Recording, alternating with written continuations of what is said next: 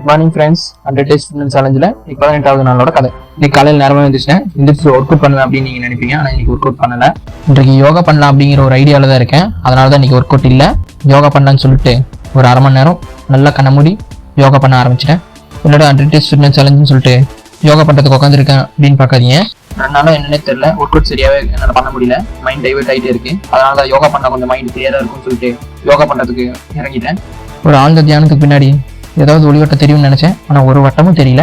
அதனால் நைட்டு ஒரு இந்த பச்சை பயிறு சுண்டலை சாப்பிட்டு பால் ஒரு டம்ளர் குளிச்சுட்டு ரெடி ஆகிட்டு காலேஜுக்கு கிளம்பிட்டேன். இன்னைக்காவது நேற்று பெட்டிங்கில் இருந்த வேலையை முடிக்கலான்னு பார்த்தேன். ஆனால் இன்றைக்கும் வேலை முடியல.